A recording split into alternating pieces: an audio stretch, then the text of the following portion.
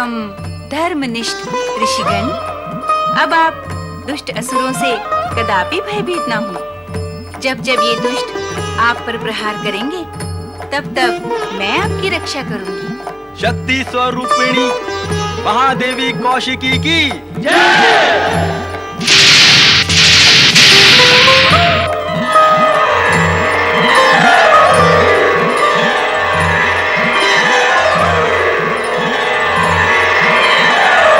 शक्ति स्वरूपिणी महादेवी कौशिकी की जय।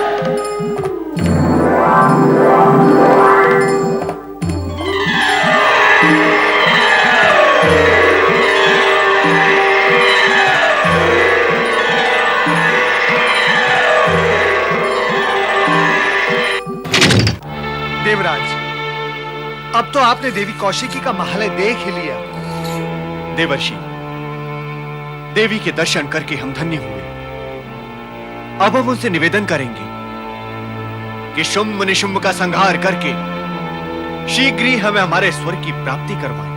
नारायण नारायण। स्वर्ग की प्राप्ति इतनी सरलता से नहीं होती देवराज, उसके लिए कठोर तपस्या करनी पड़ती है।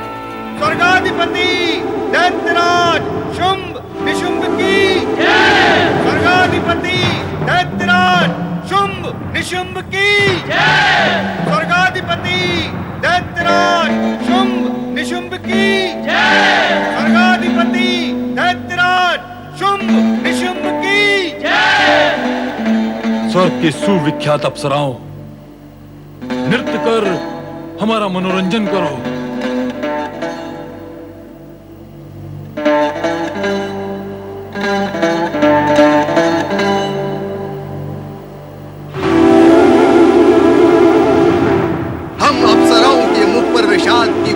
नहीं, प्रसन्नता का सौंदर्य देखना चाहते हैं।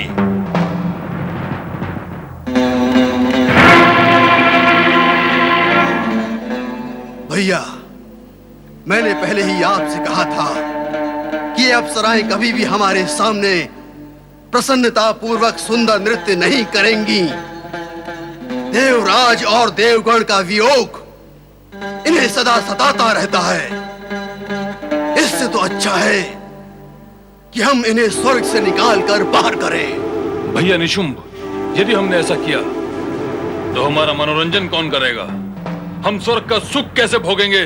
स्वर्ग विजयी असुराधिपति शुंभ निशुंभ की जय हो। जय हो दैत्यराज शुंभ निशुंभ की। महासुर, तुम्हारी सेना के अन्य सैनिक कहां हैं?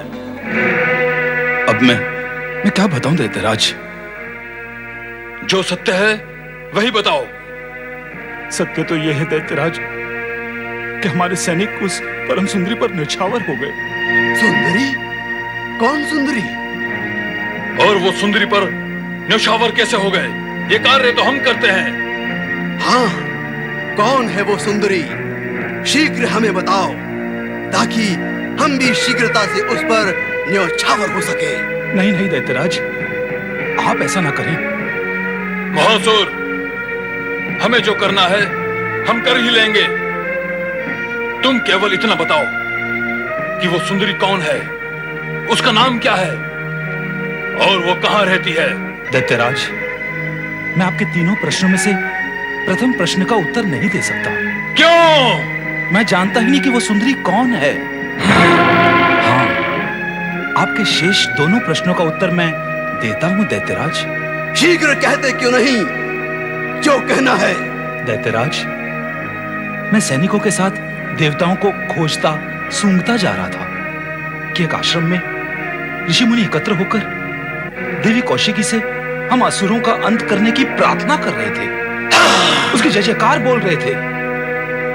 ये सब देख सुनकर हमें सहन न हुआ और हमने ऋषि मुनियों पर आक्रमण कर दिया। वहीं देवी कौशिकी प्रकट हो गई और हमारे सारे सैनिकों का वध कर डाला।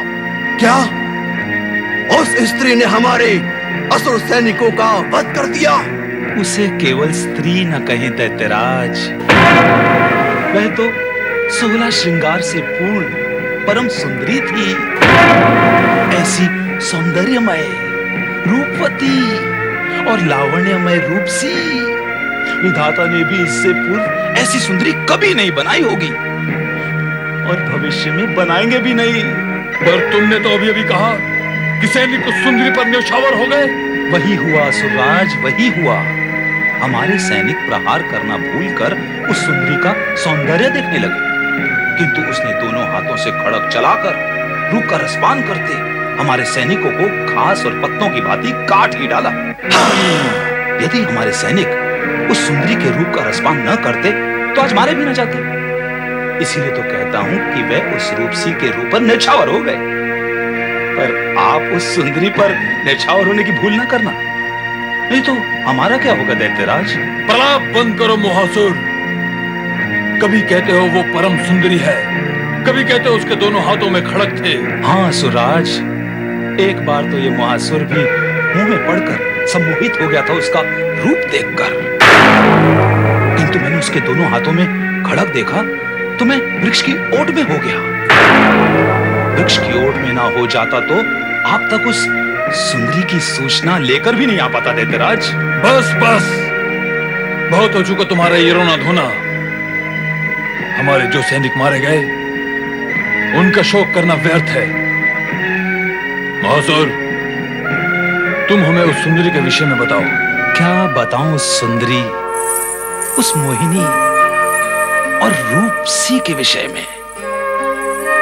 यदि सहस्त्र अप्सराओं को, नहीं, सहस्त्र नहीं, हाँ, एक लक्ष्य, नहीं, लक्ष्य भी नहीं, कोटि अप्सराओं के सौंदर्य को निचोड़ने के बाद जो सौंदर्य बनेगा वो भी देवी कौशिकी के सौंदर्य से कम ही होगा।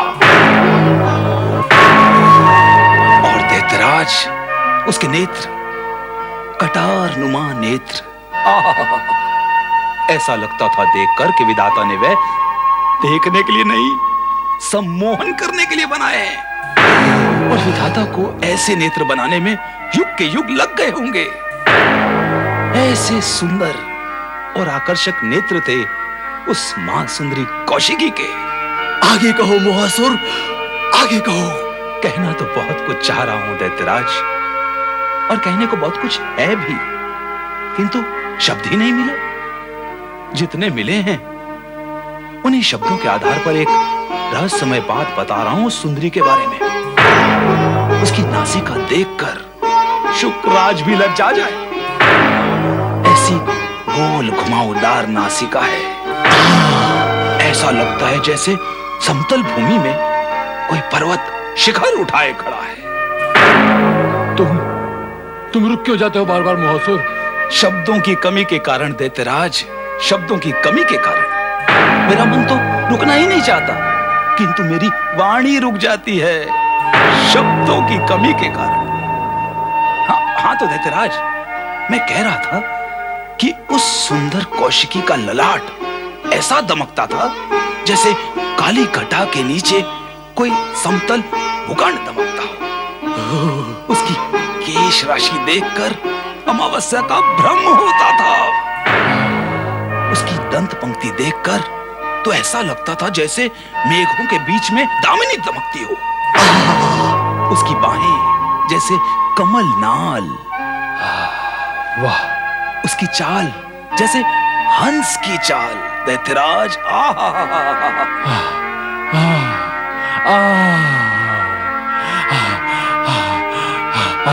आगे कहो मोहासुर। तुम तो कह रहे थे शब्द है ही नहीं तुम्हारे पास। तुमने तो शब्दों से उस सुंदरी का चित्र ही बना डाला मोहासुर। ये सब तो आपकी कृपा से संभव हुआ है दैत्यराज। मेरे शब्दों में आपने उस सुंदरी का चित्र देख लिया। मेरा परिश्रम सफल हो गया दैत्यराज। दैत्यराज शुंभ निशुंभ सेनापति मोहासुर के मुख से कौशिकी के रूप का सजीव वर्णन सुनकर अट्टहास करते हैं। कौशिकी के रूप का वर्णन सुनकर सभी सम्मोहित हो जाते हैं। दूसरी ओर दैत्य गुरु शुक्राचार्य शुंभ निशुंभ की सुरक्षा के लिए महायज्ञ कर रहे हैं। वो शक्तियों का आवाहन करते हैं। दैत्य शक्ति विजय भव। दैत्य शक्ति विजय भव। हे जगत में विद्यमान शक्तिशाली दैत्यों, मैं तुम्हारा आह्वान करता हूं। दैत्य जाति के उत्थान के लिए तुम्हारी आवश्यकता है। इसलिए हे शक्तिशाली दैत्यों, पृथ्वी पर आ जाओ। शुक्राचार्य तुम्हें पुकारता है, पृथ्वी पर आ जाओ।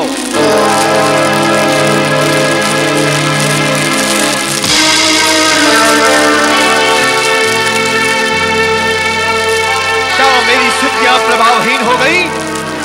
क्या नए असुरों की उत्पत्ति हेतु की गई मेरी तपस्या सर्वथा व्यर्थ हो गई? इन आहुतियों का कोई प्रभाव दिखाई क्यों नहीं देता?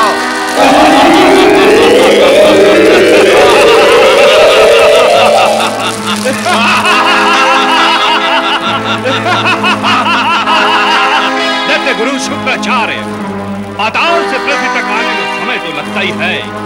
आपका आवाज हम तक पहुंचा और हम पाताल से उठकर आपके यज्ञ कुंड से पृथ्वी पर आ गए। अपनी निर्दोषता बताने से पहले तुम्हें अपना नाम बताना तेरा नाम चंड।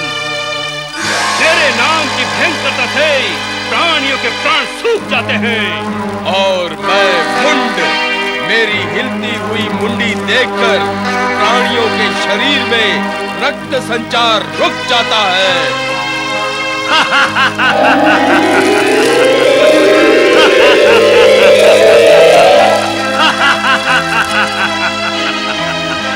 प्रणाम दैत्य गुरु शुक्राचार्य। मैं सुग्रीव भी आपके आह्वान पर प्रकट हुआ हूँ। तुम्हारी विशेषता क्या है? गुरुवर, बुद्धिमान दैत्य होने के नाते मैं शक्ति की अपेक्षा बुद्धि का अधिक प्रयोग करता हूँ। कृपा करके बताएं कि मुझे क्या करना होगा।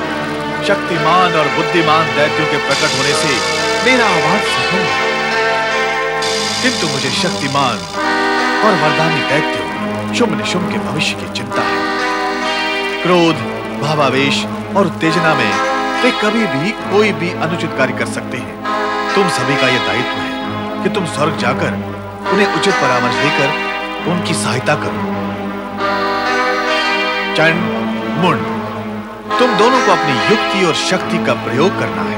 दैत्य गुरु, हम आपकी आज्ञा का पालन करेंगे। शुंभ और निशुंभ की रक्षा करना हमारा कर्तव्य है।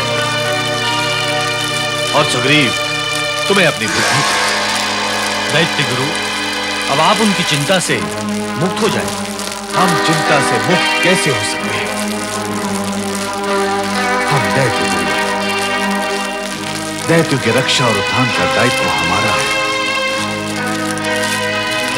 जब तक दायित्व है तब तक चिंता है, और चिंता ये है कि शुंभ निशुंभ की आसुरी वृत्ति दिनों दिन बढ़ती ही जाएगी। परिणाम स्वरूप एक दिन ऐसा भी आ सकता है कि उनके मन की वासना उन्हें मां शक्ति के पास खींच ले जाएगी। उन्हें मां शक्ति के